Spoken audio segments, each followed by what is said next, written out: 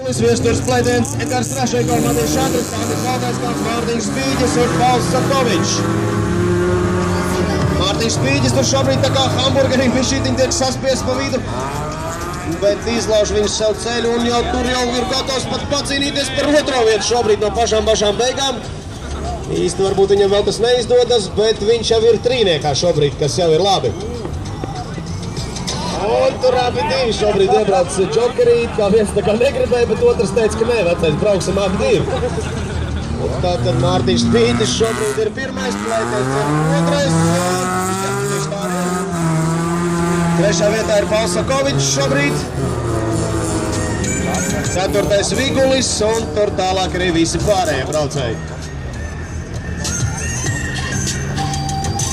Tagad liekas, ka interesantākā cīņa par pirmo pozīciju varētu tūlīt pat arī saveidoties. Abi divi iebrauc reizē džokerī.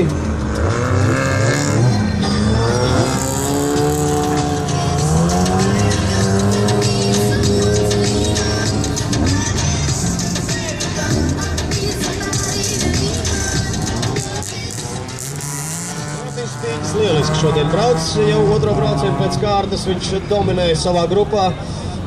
Tur vienīgais Viesturs plētiens izskatās, ka pagaidām ir tas, kurš varētu ar viņu bišķītiņu pacīnīties, bet tā kā vēl daļa braucēji nav bijuši džokera aplī, tad te viss kaut kas var pamainīties. Un Mārtiņš Spīģis lieliski brauc, jāatzīst. Viesturs plētiens brauc tikpat lieliski. Tātad nevelti pirmais un otrais pagaidām. Un debitants šobrīd trešajā vietā, tātad Pauls Sakovičs šobrīd ir trešais.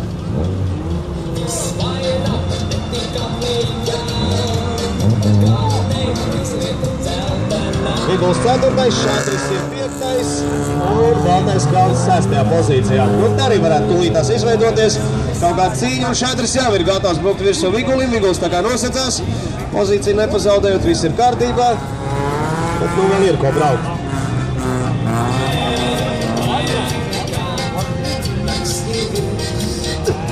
Vēl viens āplis, tur viens pāri Valnim tālajā galā pārbrauc un izskatās, ka tas ir Valtaiskāns, kas tur šobrīd uzkarās Valnī.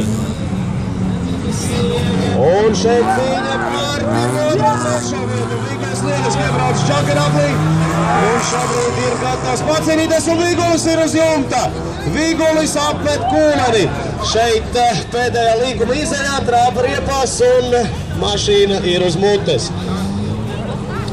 Cerams, ka braucējiem pašam viss ir